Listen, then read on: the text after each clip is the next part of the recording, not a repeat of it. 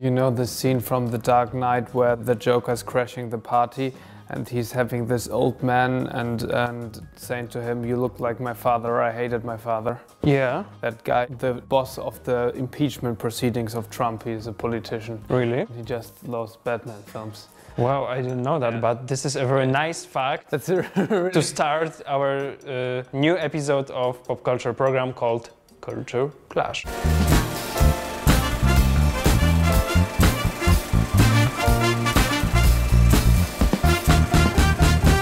My name is Kilian. And my name is Michał. And today we're going to talk about several new stuff. Michal, we have both been watching a new film lately, and it's called Malcolm and Marie. How did you find it? He's romantic, very sweet, right?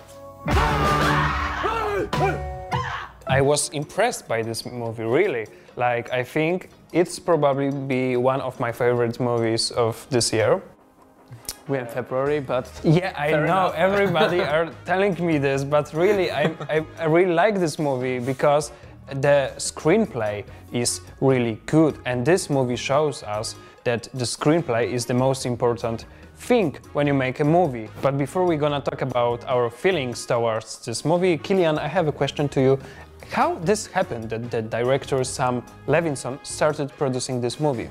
well, Sam Levinson worked together with Zendaya on the series Euphoria, and they wanted to shoot an episode for the series, but unfortunately COVID struck, and with the new COVID regulations it wasn't possible to film a normal episode. So they decided to use their time and to do something good with it, and he wrote the script to this indie film that could be shot in just one location. And they decided to get John David Washington for the project. He was currently involved in Tenet, and now they had two actors and a director and a pretty small team and could film this film under the COVID regulations. And the movie tells a story about a young director who just returned after the premiere of his first feature movie. He returned home with his girlfriend, and it's all about the relationship between the couple, the main couple, and about some situation that happened during the premiere,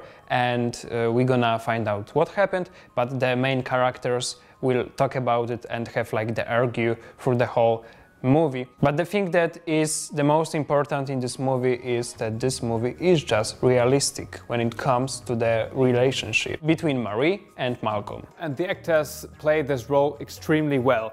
They are both convincing for the whole time, and this movie has some pretty fast mood shifts which are very well written for the viewer, because they shift the topics, they change the topics, and there are multiple underlying conflicts which are perfectly expressed by the two actors. You totally believe them, that they are the role they are actually playing while watching the film. I think they did that really great. You know that I'm thankful. You know that I made a mistake, so why turn it into something more?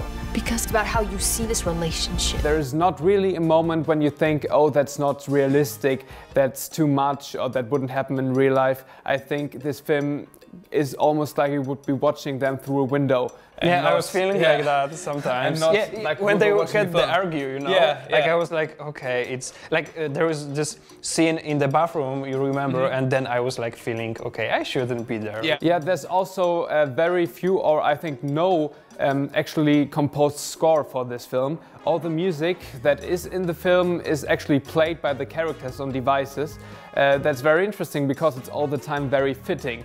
Of course, as most people do, we play music during our daily lives on our devices, and they choose, of course, the music that fits the mood, and that's so great to have this, that you have a fitting soundtrack that's just naturally played by the characters. And also, it's nice to remark that the movie was shot on film, and it gives us a very nice atmosphere, because the movie, of course, is black and white, and I really like the feeling, the image. It created a very good night atmosphere because the story takes place during the night, and like you said, the image, the music, it all gives us like the very realistic feeling of this moment, you know, the night time. The script is something that is for me amazing because you have this feeling that the author is somehow talking to you, because you can notice some small details while watching this movie that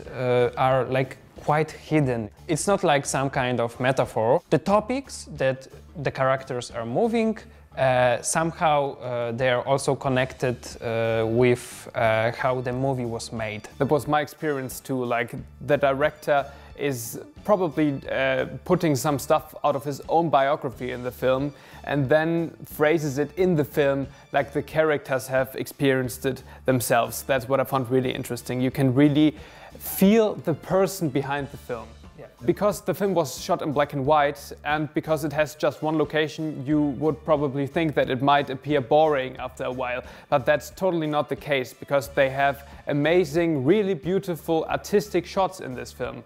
And it's really, really entertaining to have these night images with this black and white atmosphere and this very toned down feeling without a big soundtrack, without much film effects.